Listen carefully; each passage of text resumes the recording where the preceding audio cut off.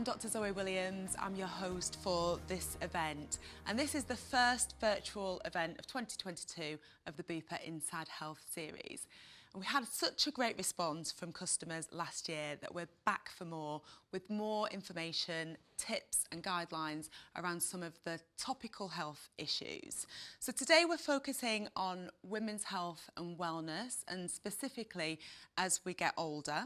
There's going to be lots of advice around the symptoms we might experience as we get older, particularly around menopause, and also how to reduce the health risks as we age. And today we're joined by Dr Petra Simic, who's Bupa's Medical Director of Clinics, Dr Samantha Wild, GP and Bupa's Clinical Lead for Women's Health, and later on I'll be speaking to Emily Partridge, who's Bupa's MSK Clinical Lead.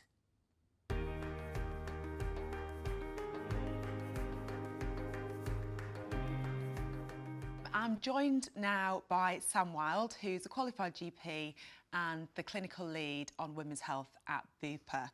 Sam is passionate about shifting the stigma when it comes to women's health and related issues, and she hopes to empower women to get the correct information and feel confident to raise the topic when it comes to women's health issues. Hi, Sam. Hi, Zoe. So when we think about getting older, one of the things we often think about is menopause, because it is inevitable that it will happen for all of us as women. So let's have a chat about that. And I'd love to ask you, first of all, what does it mean to be perimenopausal? And also, when does a woman become menopausal? And what sort of things should we be looking out for? Okay, so the perimenopause often starts around the age of 45 years, and it's when your hormones start to change, but before your periods stop for good. So at this time, your periods can become irregular. They may happen more or less frequently than before. They can become heavier or they can become lighter. And you also start to experience some of the symptoms of the menopause that we talk about as well, the psychological and the physical symptoms. This period of time can go on for, on average, about 4 years, but for some, it can be a decade or more. And once you haven't had a period for 12 months, that's when you are said to have reached the menopause. The average age of the menopause in the UK is 51, but we do know that a lot of women will experience this at a younger age. So 1 in 100 women will experience under the age of 40, and 1 in 1,000 under the age of 30. So I always say not to think of this as a disorder of older women. It does happen to younger women too.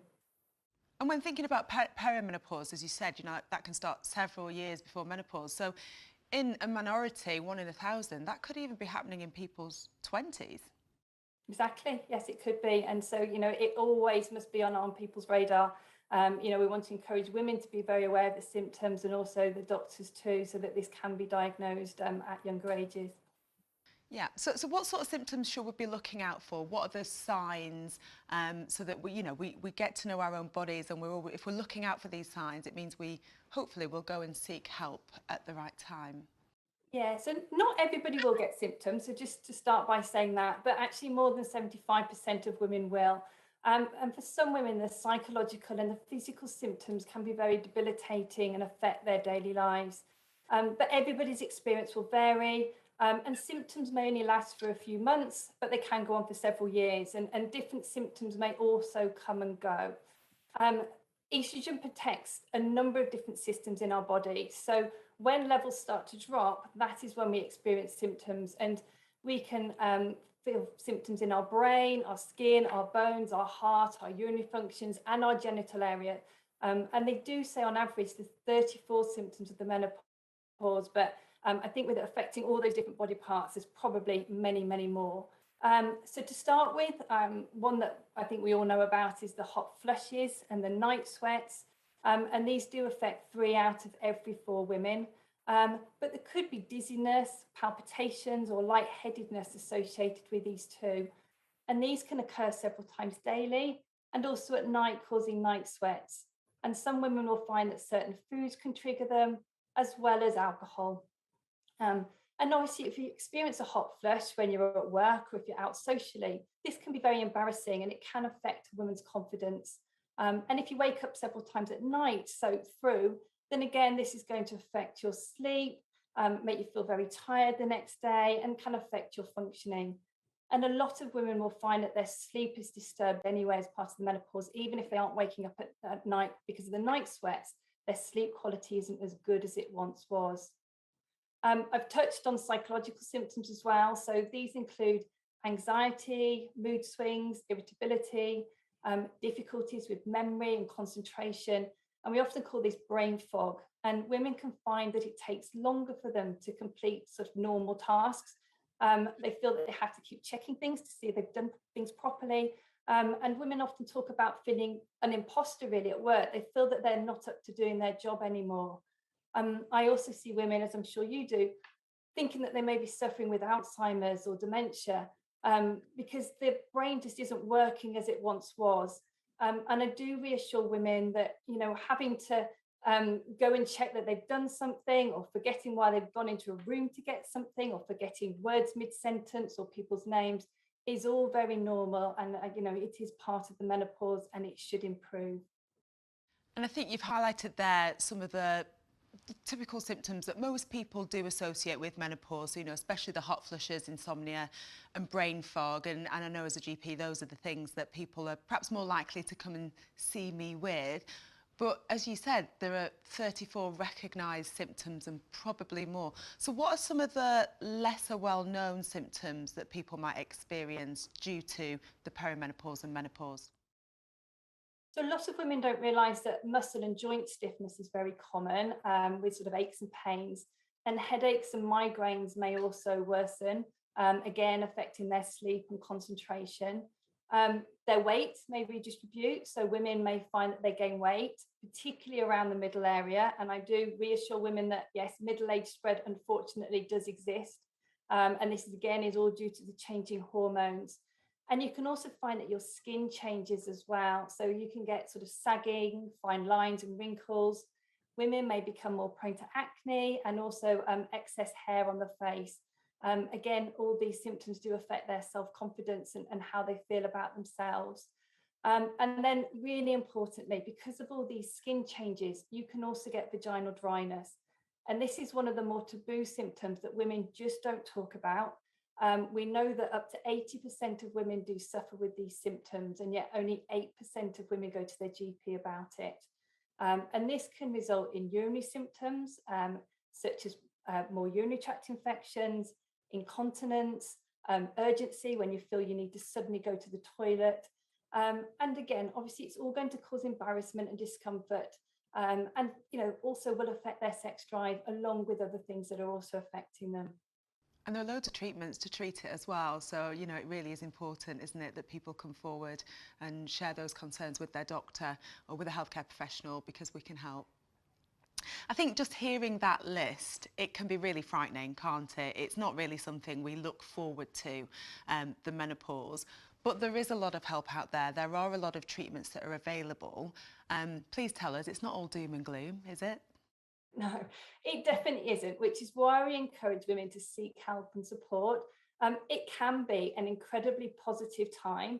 It really enables women to sort of take the opportunity to take stock and reflect, look after themselves, really listen to what their body needs, and see this as a new chapter and transformative stage of life. So, no, we want it to be positive, please.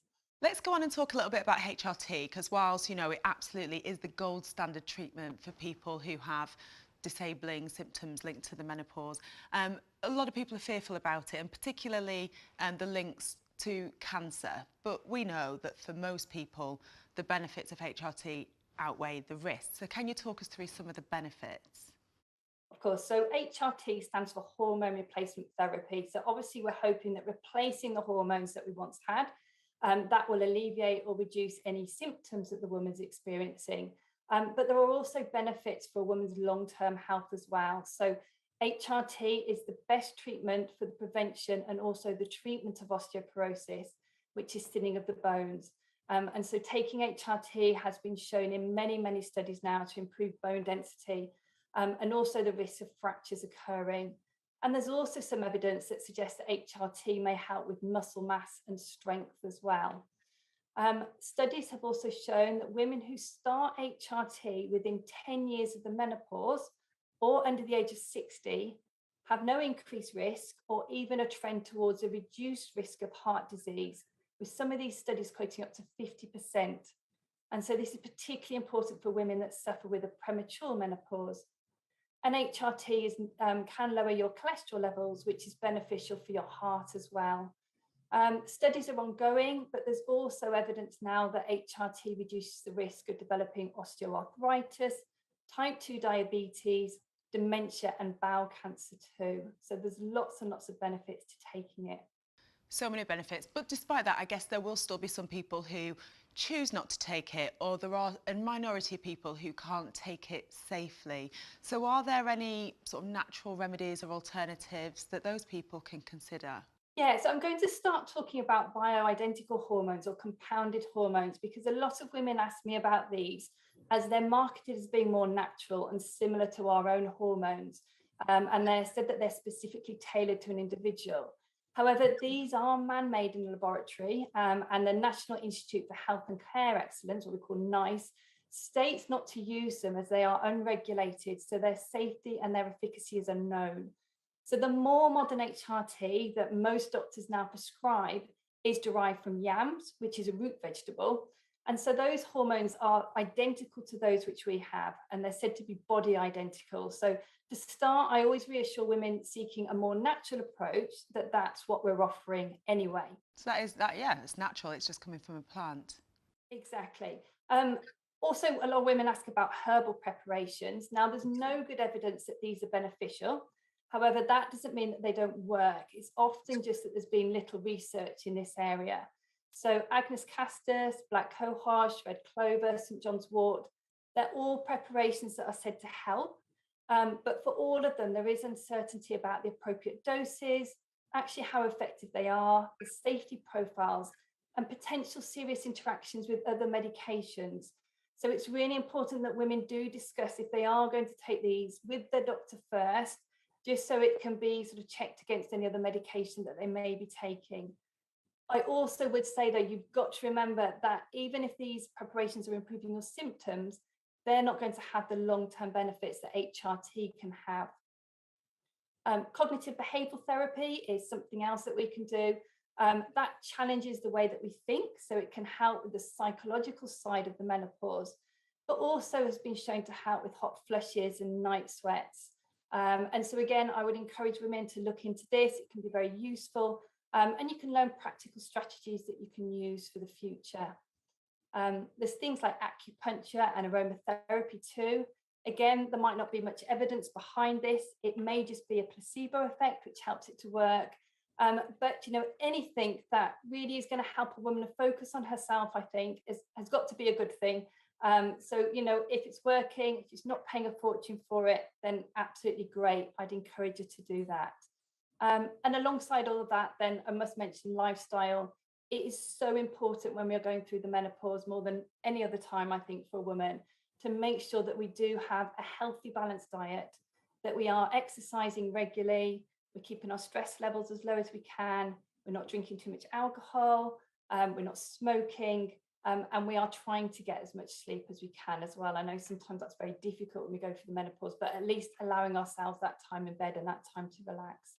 And of course, all those lifestyle interventions that you mentioned, even alongside HRT, are absolutely recommended because they will make you feel much, much better.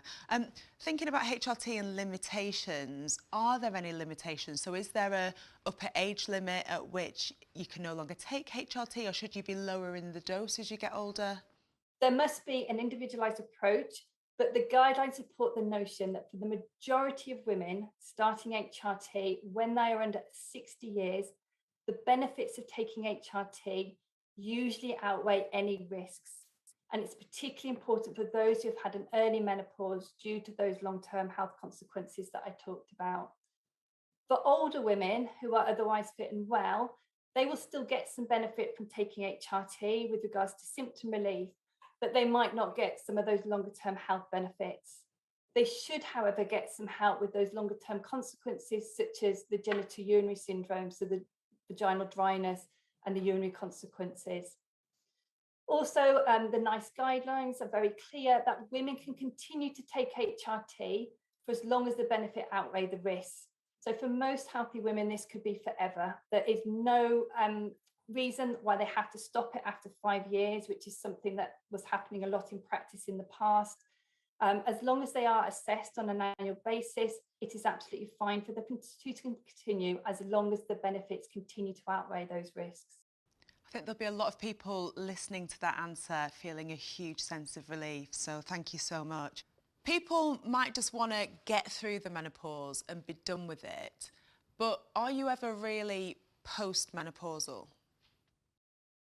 So as postmenopause is the term to describe the time after someone has gone through the menopause, you're always going to be postmenopausal, but that doesn't mean that you're going to suffer with symptoms forever.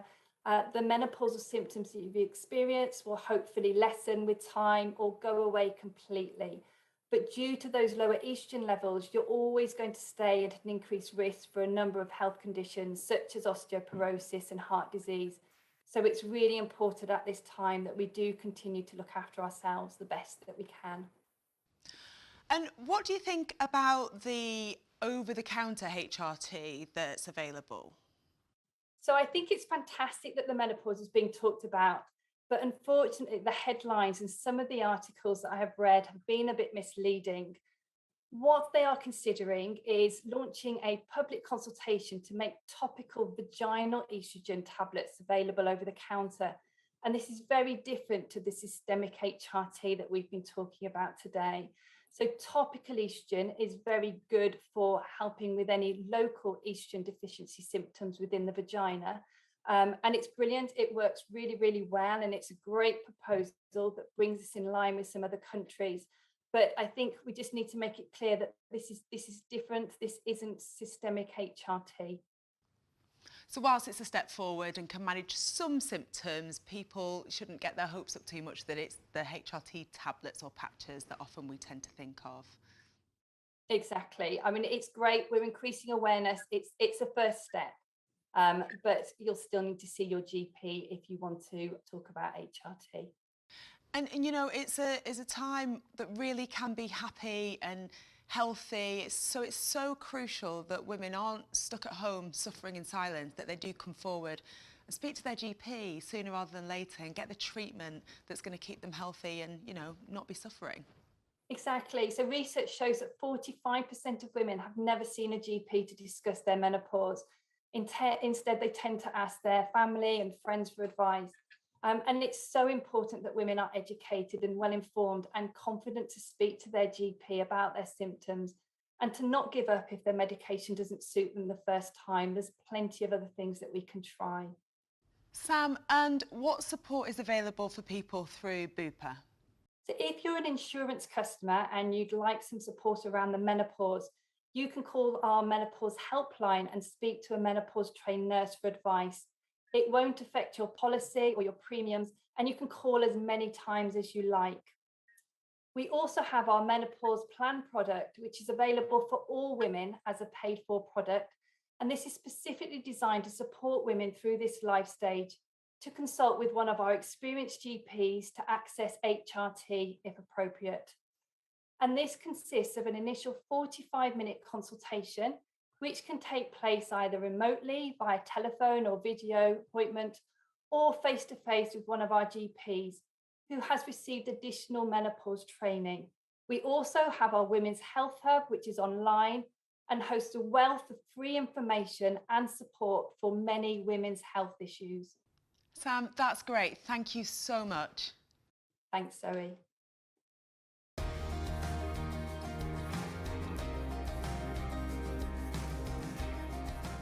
Petra, thank you for joining me for some myth busting. Right, let's bust some myths about common health issues that women face as they get older. So the first one is, I no longer need to worry about gynecological cancers once my reproductive days are over.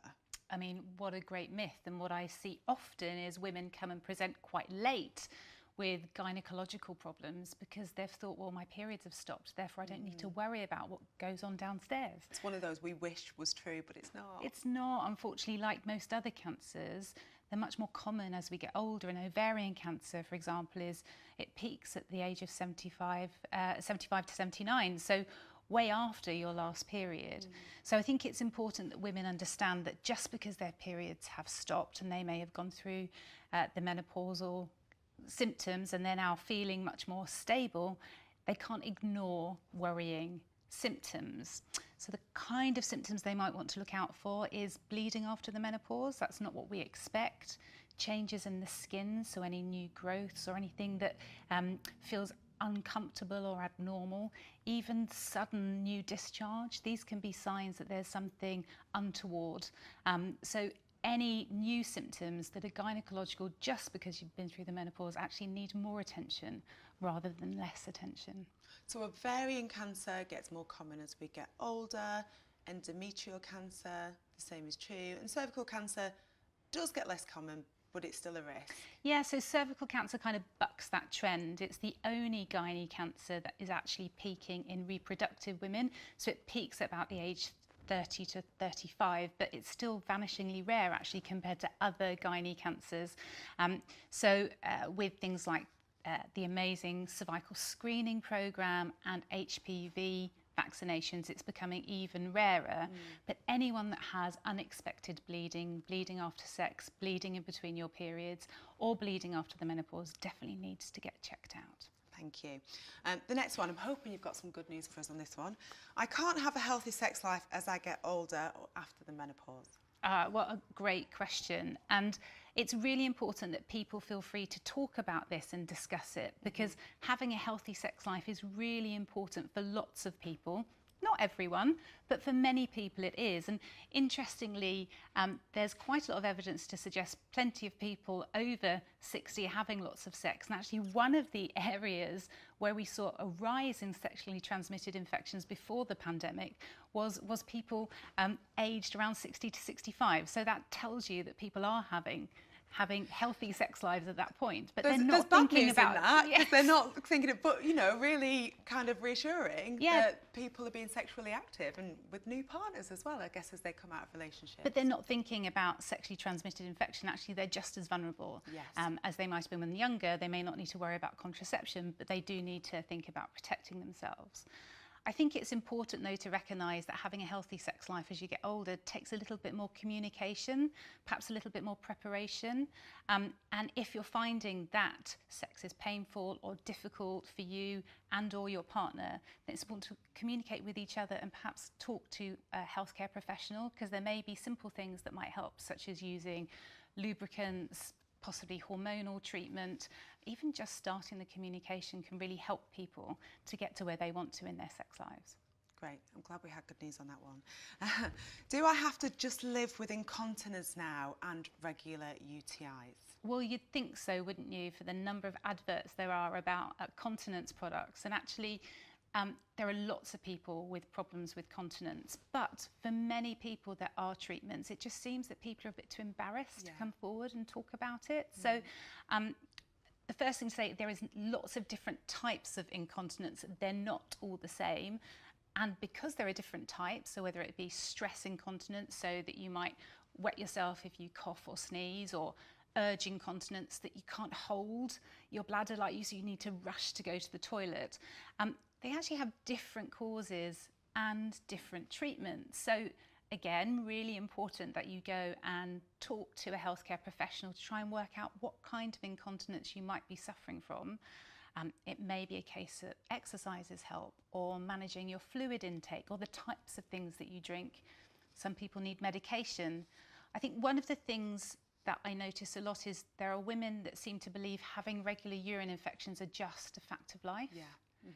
And that's just not the case, though, is it? I mean, you shouldn't be having regular infections or regular episodes of cystitis. If you are, you need to go back to your healthcare professional, go back through the story and try and find out what's prompting that, because you may benefit from treatments that can make them go away entirely. It's not something you just need to put up with. I think it's a really good example of where, women have sort of learnt to put up with just a little bit of wee or getting recurrent UTIs, and in a men's world, they wouldn't put up with it, and neither should we, because there are things we can and we should do. And just because you can buy products over the counter now, like incontinence pads, that doesn't mean that's the way things have to be.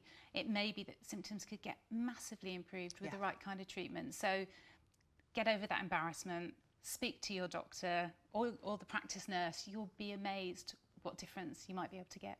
Brilliant. Next one is, I've been told I have arthritis. How do I stay active and exercise? Well, what a great question. And, you know, lots of people talk about arthritis as being wear and tear.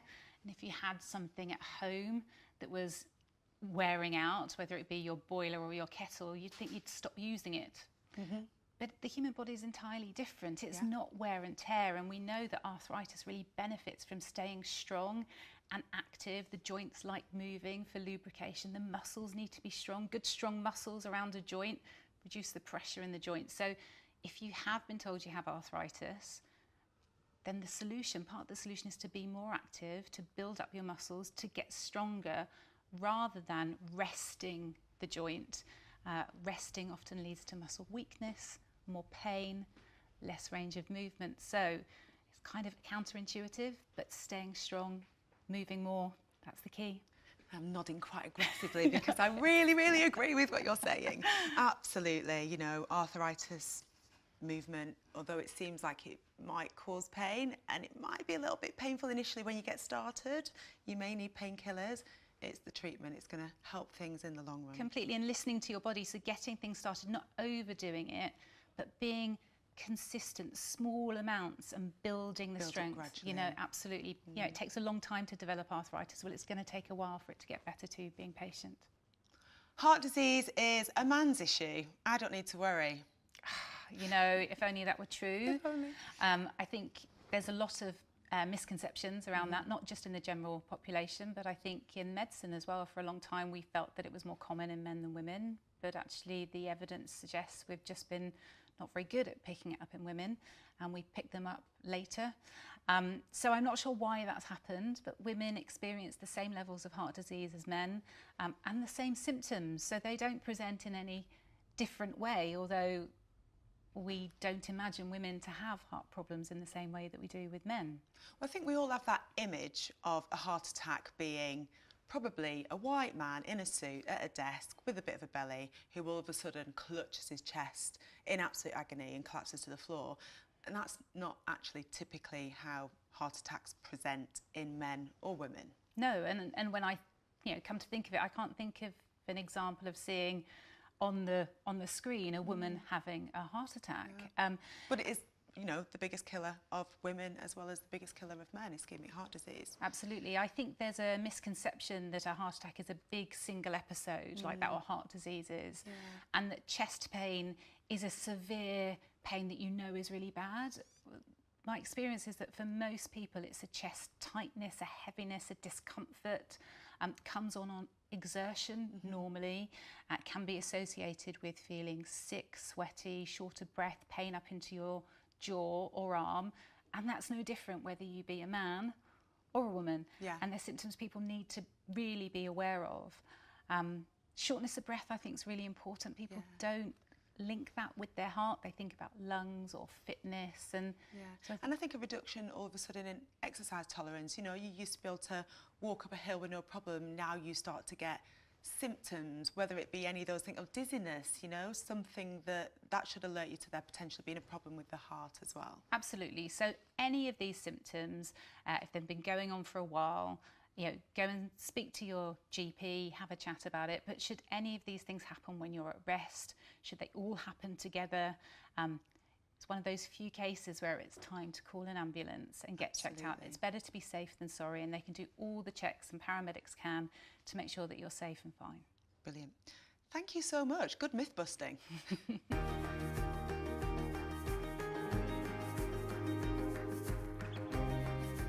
Bones and muscles don't necessarily spring to mind when we think about women's health issues, but they're really important. It's an important part of staying strong as we get older, but also the hormone changes that happen later in life can affect our bones and muscles. So now I'm joined by Emily Partridge, who's Bupa's clinical lead for musculoskeletal, we'll call it MSK, and we're here today and we're going to talk about how we can really look after our bones and muscles. So Emily, you joined Bupa in 2009 as lead physiotherapist, and you're a strong advocate, like I am, of promoting health and well-being and providing a holistic approach to clients' care. And you're also a Pilates instructor. I am.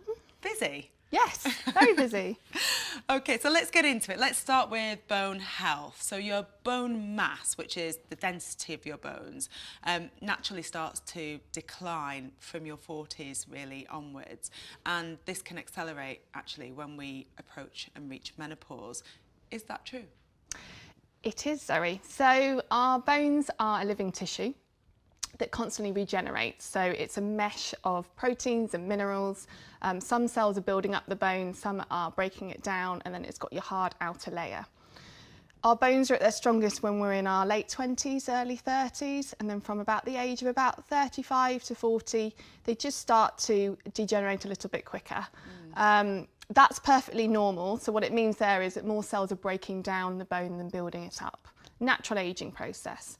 However, in menopause, when you have a significant drop in the estrogen levels, that can actually rapidly speed up that process.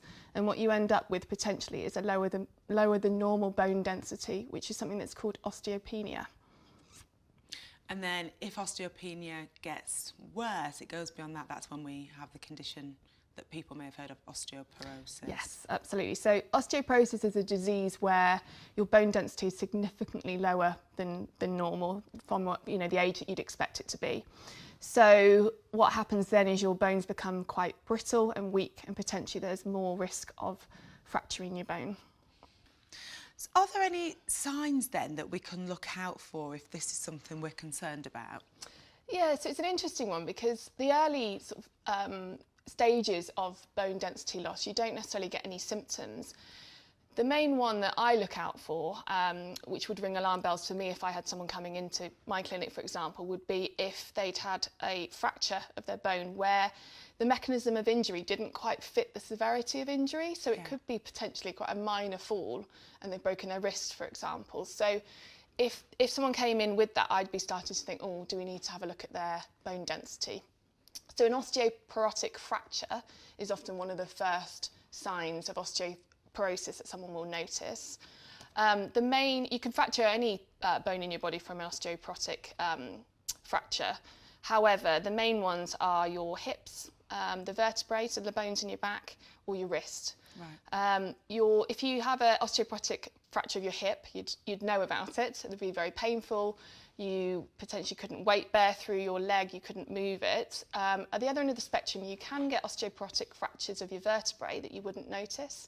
And actually, only 1 in 3 people with an osteoporotic fracture of their vertebrae actually have signs and symptoms. Wow, that's quite surprising. Yeah, it is. So things to watch out for there are potentially pain in the area, a stooped posture that you can't sort of straighten back up from. Okay, that's sort of stooping forward. Yes, exactly. And then some people also notice it from a loss in height as well. Yes, So maybe family or friends might notice it, or you might yourself notice it. Now, none of those signs are absolute, oh, I've definitely got osteoporosis, but there's certainly things that if I noticed one of them, I'd be saying, oh, potentially go and talk to your doctor about it or a physiotherapist. And I think we can all sort of visualise a much older person, probably female, sort of perhaps with a stick slumped over like that, who's got shorter, and that's likely linked to osteoporosis and spinal fractures. Exactly. Okay, really interesting. Can you ask your doctor to check your bone density if you're worried? Yes, you can. So, I mean, with anything, if you're worried about it, please go and talk to someone. Yeah. Doctors will sort of have a chat with you about your lifestyle, because there may be some risk factors that could potentially put you more at risk of osteoporosis. They'll ask your family medical history, because osteoporosis can be hereditary. And if they feel necessary, they may order a DEXA scan, which is what measures your bone density. So the potential results of that is that you've got normal bone density, potentially that lower bone density, that osteopenia that we talked about, or it may show osteoporosis. And I think if anybody has had one of those fractures that you spoke about, particularly of the wrist or of the hip, if that hasn't been arranged, a DEXA scan, then they definitely should be requesting that from their GP. Yes, I'd definitely go and see their GP. Emily, let's talk about some of the things that we can do to protect our bones and strengthen our bones. Yes, of course. So the great news is there's lots of things we can do at any age as well. So it's never too late to start the things I'm about to go through. So diet is important about promoting bone health. Calcium in particular is a really key component of healthy bone. So when you're looking at your diet and what you're eating there, calcium-rich foods are really important. And when I talk about that, I think about dairy products. So sort of your milk, your cheese, your yogurts, leafy green vegetables, so kale, broccoli, cabbage, tinned fish, particularly the ones with bones in, so tinned sardines is quite a good one. You may want to talk to your GP as well about calcium supplements. That could be an option. Talking about supplements, vitamin D is really important. Yeah. So vitamin D is our sunshine vitamin. We get it from the sun, and unfortunately here in Britain we don't get a lot. We don't get much. Particularly in the autumn and winter. And actually Public Health England now have recommended that every adult every day has a 10 microgram supplement of vitamin D. Yeah. The ones I take are like gummy sweets. I take one every day. It's great. I think you can get spray as well and tablets. So there's lots of options. Have a look in your supermarket or your health food shop there. Vitamin D also is in oily fish and in eggs. Vitamin D is really important because it helps to process and absorb that calcium. So you need calcium and you need vitamin D. One without the other, you're not going to have optimal bone strength. Exactly, it's that optimal we look. If the vitamin D will help you absorb the calcium that you're adding into your diet. I get asked a lot about supplements. As you've rightly said, you know, we should all be supplementing with vitamin D. And I think calcium, if you're eating a full varied diet that's full of dairy and you eat a bit of this, bit of that, lots of leafy greens, but actually if people think that they're not consuming those things, it is worth taking that probably as a backup as we're approaching menopause and beyond. Yeah. Yes, absolutely. So that's sort of your food habits. Exercise is key to bone health. I'm going to say that. I'm a physiotherapist and an advocate of activity, but I completely agree with you. It absolutely is. There's no denying. And weight-bearing exercises in particular, to really try and lay down the extra layers of bone on that mesh that I was talking about earlier. So when I talk about weight-bearing exercises, I'm talking about things like lunges, squats, walking.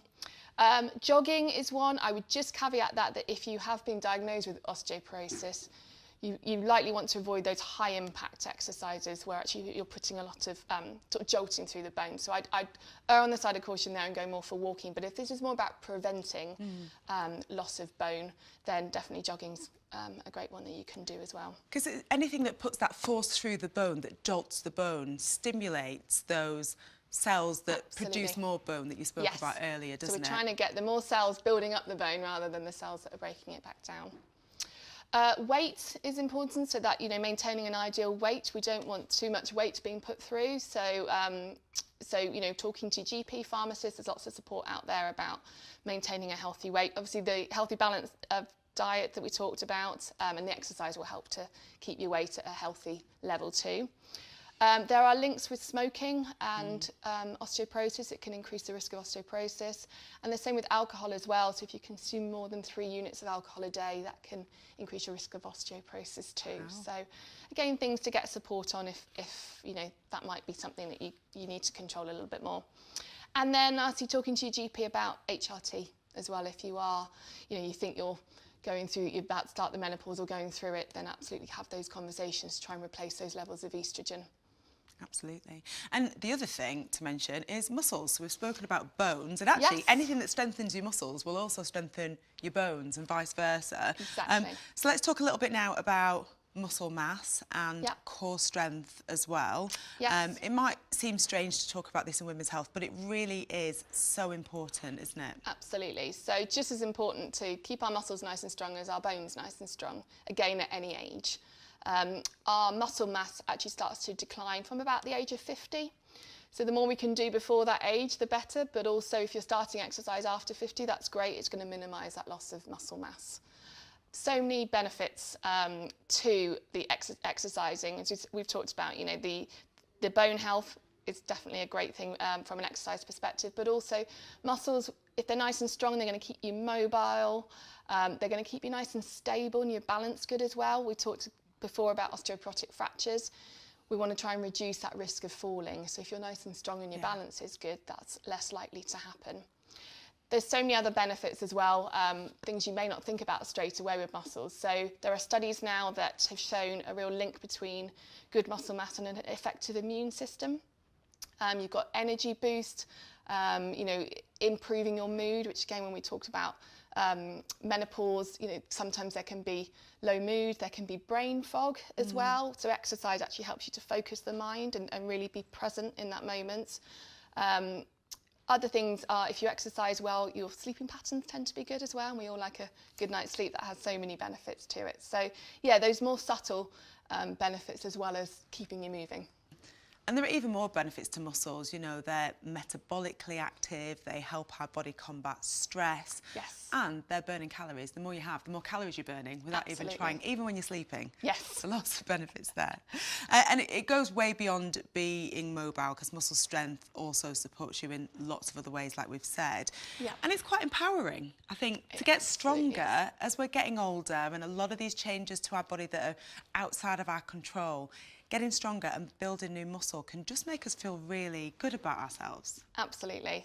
There's just so many benefits to exercise. One thing I would say is exercise is meant to be fun. Yeah. And I think that's really important, and it's one of the key messages I give to my patients is please try and find an exercise that you enjoy doing. We're all very good at starting things, particularly New Year, New Year's resolutions, and we start, but if we don't enjoy it, then we're always going to little things are going to start creeping in, like, oh, I'm too busy or I'm too tired, and then it's just a downward spiral from there. So you want to pick an exercise that you look forward to doing. Some people will think of the gym, and for some that works really well. There's a lot of facilities there, there's the variety of the classes, there's professionals on hand to help, there's the social side of it as well. Other people will listen to this and think, I couldn't think of anything worse than stepping into a gym. Yeah. It might be quite intimidating for them. There may not be a gym nearby. It may be quite expensive. So it doesn't always have to be the gym. I'd have a think about, you know, do I enjoy exercising indoors? Do I enjoy exercising outdoors? Do I enjoy being on my own? And actually I want some just lone time because I'm around people all the time and this is my me time. Or actually, am I going to think about it as a way to get out there and spend some time and go for a walk with a friend, for example? Yeah. You know, things like, do I want to learn a new skill? You could actually join something like a dance class where actually you are going there for another reason, but actually the exercise and the benefits of that is just an added bonus. Also now at home, I think particularly since the pandemic, your online options are incredible now. Yeah. Oh, amazing. So many different options. And if you're a gadget person, then there's all sorts of gadgets that you can use at home that help track you, track your progress, or, you know, things that you can be holding on to, and it turns it more into a game, more fun, something you could do with the family. The main thing I'd say from an exercise perspective is variety. Yeah. I think variety is the spice of life. So I'd mix it up a bit as well so you're not getting bored. Yeah. Ideally, I'd recommend a sort of mixture of cardiovascular, so something that gets your heart pumping, something that's more weight bearing, that strength side, and then potentially something more balance, stability, mindfulness side. And then also just lastly, motivation. What motivates you? So if a reward motivates you, then set yourself some goals and have a treat at the end. It might be, you know, if you do it's recommended you do 150 minutes of moderate exercise per week as a minimum. If after, you know, set yourself after 8 weeks, for example, if I do that exercise, then we're going to go out for a nice meal or go to the theatre. Yeah. Or in my case, it's normally buy myself a new pair of shoes. I'm with you on that. I think the other thing is make it achievable as well. Yes. I think often we aim so high, but yet the evidence tells us that even if you're doing a little bit more next week than you were this week, and you're building it up gradually, every additional bit of movement gives you a health benefit. And I think the important thing, it's not that mindset of transforming yourself or losing loads of weight or, you know, trying to change who you are, because that can be unachievable. You set yourself out to fail. It's got all the benefits that we've spoken about. And while some people will love to get down the gym and throw some weights around or pound the pavement, actually doing simple things at home without any equipment can work really well. Absolutely. Yeah. Don't always think it doesn't have to be that you're buying lots of equipment and you've got to go to the gym. There's plenty you can do at home. Are there some that you could show me? Some that you could show me today? Yes, absolutely. OK. Well, before we do that, can you just let us know what help and support is available through Bupa? Yes, of course. So Our Bupa musculoskeletal team are made up of physiotherapists, we've got osteopaths, we've got chiropractors and podiatrists as well, and we've also got our musculoskeletal physicians, so a really nice team there that can provide really holistic care to support people in their more later stages of life and also in sort of those postmenopausal stages too. From a exercise perspective, also from strengthening up your muscles and bones if you think you may have osteoporosis, and also pelvic health physios as well, because in menopause our pelvic floor muscles can get weak and we can provide expert advice on that. Brilliant, fantastic. Right, exercises. Let's go.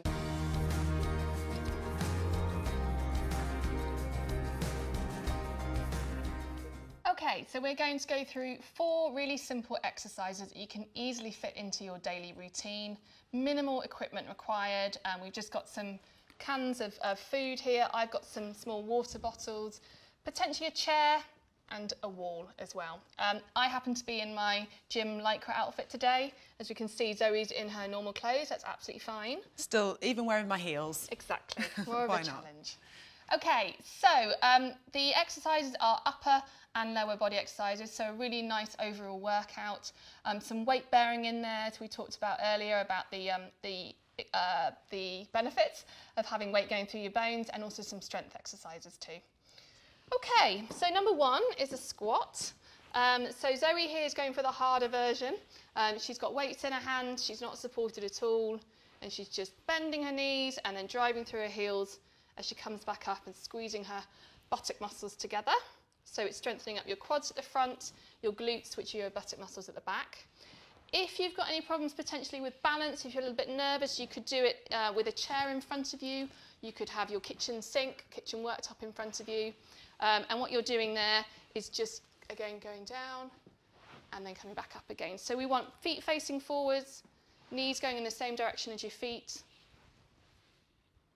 Pain-free range. So if you have any problems with your knees and anything sore as you go down, then just don't go down as far. Doing this range is absolutely fine. The other way you can use a chair is if I just swivel it round, is I can just have it there as a bit of reassurance and come down and then come back up. So I'm not actually sitting down, but it's there if I need it. Okay. 8 to 12 repetitions, and I do 2 to 3 sets of that one. Yep. That's all right. Already feel my body getting warmer, so it's doing Good. something. Wonderful. The next one is calf raises, so I'm going to do that one. So again, you can have something in front of you if you want to, kitchen work surface, sink, chair, okay, and then you're just going up onto your tiptoes and back down again. And you can use things that you do every day already to be a reminder, can't you? So brushing your teeth, Absolutely. making a cup of tea, Yeah. boiling some pasta, and just do it whilst you're waiting for those things Absolutely. to happen. Yeah, really important to try and fit these into your daily routine without making them too much of a hassle to do, because otherwise you're not gonna do them. Yeah. That's working your calf muscles, strengthening up your calf muscles, also working on your balance. You can make it harder, for example, by going onto one leg. If you want to, you could have weights in your hands. You could also have a rucksack on that's weighted as well. So different ways that you can make it harder if you want, or easier with some support if you want. Okay, biceps curls, you're ready with your weights? Yep. Okay, so I've just got water bottles, Zoe's just got tinned food. So we've got our elbows in by our side, and we're going all the way upwards. And then really importantly, all the way down as well. So right to a straight elbow, and then come back up. And as you feel your muscles getting stronger, you could add more heavy weights on here if you wanted to. You could do this standing, you could also do it sitting in a chair, that's not a problem at all. Okay, so again, 8 to 12 repetitions, 2 to 3 sets of this one. And it's really important, I think, to be purposeful when you do these exercises, to really think about those muscles as you're working them. It's just a nice time to have some time out as well, isn't it? Give it a squeeze. Well, it just makes you feel good, doesn't it? I can feel my heart rate is up a bit already. Yeah. I'm breathing slightly faster. So although this is muscle strengthening and that's the aim, my body's also getting some of those cardiovascular benefits because I can feel those changes in my body. Yeah, and those mental health benefits as well, isn't it? It's just some time out for you to look after yourself, which is super important. Okay, that's bicep curls. And then the last one to do is against a wall. So I'll show you first of all. So just a bit of a gap there between yourself and the wall. Arms out straight. with your hands flat against the wall. Lovely. Okay. And then what you're going to do is bend your elbows and come forwards. Just keep your core, so your tummy muscles nice and tight. Squeeze your buttock cheeks together as well to really use those glute muscles. And then push through those arms. So a great overall one here. So it's weight bearing through your arms there. You're working your shoulders, your arms, your buttock, sort of glute muscles, and also your core muscles as well. If I step back a bit, does that make it a little bit more challenging? It then does, as well? yeah. Ooh. And then you could progress it in due course into on the floor. So with bent knees, doing a push-up, or then into a full-on push-up. But this is a really nice start. And again, shouldn't take too long at all. That was good. I actually feel better. I feel a bit more energised and a bit uplifted, even though we just did a little bit. So it does make a difference. A little bit makes a big difference. Absolutely. Really good. A really nice way to start the day as well. Yeah, it is.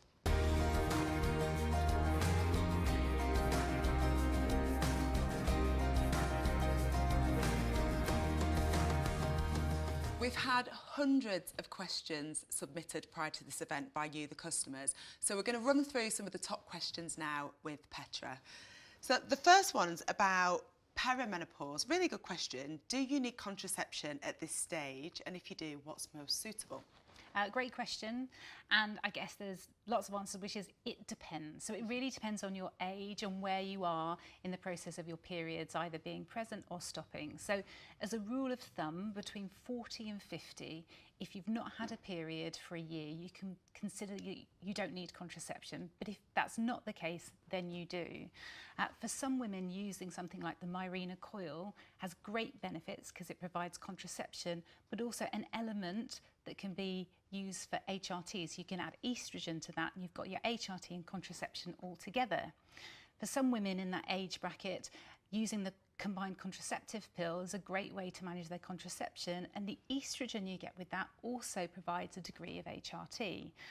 For other women who may be on HRT, they may need contraception such as the mini pill or copper coil. So there's lots of variables to consider. Once you're 50, if you've not had a period for a year, you can be considered as not needing contraception. And once you're 55, no contraception is considered to be necessary. Okay, really quite complex answer, but really important because it is different for everybody. Next question, is there treatment for vaginal prolapse? Yes, so there certainly is, but I think it's important to say there's a huge difference between people and how significant their vaginal prolapse is. So some people can have a very mild prolapse, which is a weakness of the vaginal wall that gives them no symptoms whatsoever, and that doesn't require any treatment. For other people, it may be much more significant and give them symptoms. There are a variety of treatments, and best to discuss with your GP, but they can be treated sometimes simply with pessaries, little rings that can go inside the vagina to kind of lift the womb up, and that can be really successful for some people. For other people, surgical options may be appropriate, but again, having a chat with your GP, going through the symptoms that you've got and the options available to you means you can make the right decision for you. Next question is, what do painful breasts mean? Well, for most women, painful breasts are related to hormone changes. So it could be the contraception that you're taking, it could be where you are in your menstrual cycle. For some women, when they start HRT, they may get tender breasts. For many women, when they're pregnant, they get tender breasts. So actually, breast pain is commonly related to hormonal changes. Often, ill-fitting bras don't help either. So in my surgery, if I see someone with breast pain, one of the things I'll ask them to do is take their clothes off so I can see how well their bra is supporting them, because that can contribute to breast pain. A lot of women are worried that breast pain means breast cancer, and actually it's not a common symptom of breast cancer. But if you are having persistent breast pain, and particularly if it's there throughout your cycle, then go and speak to your doctor. You may need an examination just to rule anything worrying out. Brilliant. Good question coming up. What are the symptoms of under and over active thyroid, and how are these conditions treated? So the thyroid is a gland that sits in your neck. It's an essential part of your kind of metabolic pathways and kind of hormonal regulation. It can become overactive, but more commonly we find it to be underactive. So an underactive thyroid, typically we'd see symptoms such as unexpected weight gain, tiredness, dry skin, hair that's breaking easily. For some people, it even affects their mood and how they feel. It's like your engine's under revving, isn't it? Completely. It's almost hard to get going. So if you're experiencing that, it may be worth having a blood test to rule that out. I would say those are common symptoms with just getting older, etc. So most people with those symptoms don't have an underactive thyroid, but it's very easy to treat, and it's just with taking a medication every day. It's not something, if you've got an underactive thyroid, there's nothing that will cure it. You just have to replace the hormones. An overactive thyroid is much less common, and it's normally picked up because people are losing weight without trying. They may feel a bit jittery, they may be having heart palpitations. They're probably the most common symptoms that you might notice, and that can be treated with medication and sometimes radioactive iodine to the thyroid, but it's a much less common condition. And again, the important thing is, I think, they both can be treated. So if you suspect something like that going on, don't hold back, go and get it checked out. And it's really easy to diagnose because it is just a blood test, and GPs can get that sorted out for you. Final question, and I think there'll be many viewers who'll be interested to know the answer to this. Hormonal issues can make it more difficult to lose weight or maintain a healthy weight. And this person says that they've also got increased belly fat. Is there anything specific that that person should be eating or doing? A great question. And I think it's important to firstly say the scales are a really crude tool to measure body composition. So we look at the scales as a reflection of how thin or fat we are, but actually the scales measure everything from your bones to your muscles to whether you've got a full bladder. What you ate in the last 24 hours will be reflected on the scales. So the first thing to say is the scales is just one measurement. And I think if you're monitoring your weight, it's important to do other things as well, such as measurements or even photos, which can be quite challenging to get your head round. As you get older, there is a tendency for you to lose muscle mass.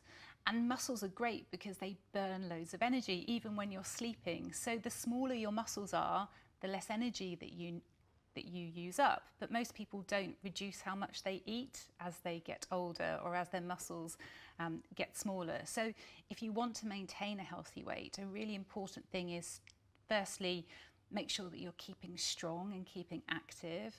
But secondly, really keep an eye on what you're eating. So, managing a healthy weight is probably 80% what you do in the kitchen or what you eat, and 20% your kind of activity. And I think also for women, hormones and the menstrual cycle and the perimenopause can mean that you gain fluid unexpectedly. So you may have a week where you've worked really hard on eating healthily and doing exercise, but the scales don't show a change, but it may be that you're holding on to extra fluid because of hormonal changes. So I think it's important to look at weight changes at this point in your life over a longer period of time than 1 or 2 weeks. Thinking about, well, how do I want to feel in 6 months' time? What do I need to do to change that? And just being really conscious about things, but to not get too disheartened. If you can keep strong and keep those muscles working and try and eat things healthily. Think about a really nice, balanced diet. It's probably the best way to go forward, both psychologically and physically. Because there's something really important about mindset, isn't there? And in this period of your life, there's some things you can't control. It just is going to be more difficult to lose weight. So having that positive mindset, gaining muscle, it'll make you feel strong, make you feel good, and it'll burn extra calories. Nourishing, eating to nourish your body, and having a positive mindset. And not feeling too bad about yourself. If you do have a day where you don't think very consciously about what you eat, well, that's okay, because one day isn't going to make any difference. It's what you do the following day and the day after that. So really trying to be more positive about both your body and yourself, and that positive mental attitude will really help you make good choices about exercise and food. Our bodies are amazing and we need to be more proud of them. Brilliant. Thank you so much. Like I say, we did have hundreds of questions, so we've just flown through some of the top questions right there. Thank you, Petra. Oh, no, thank you, Zoe.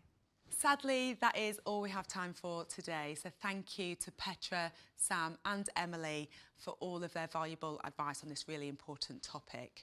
I hope that you've learned something really useful to take away, and please do head over to Bupa's Women's Health Hub for more advice and guidance. The web address is bupa.co.uk/women's health. Thanks.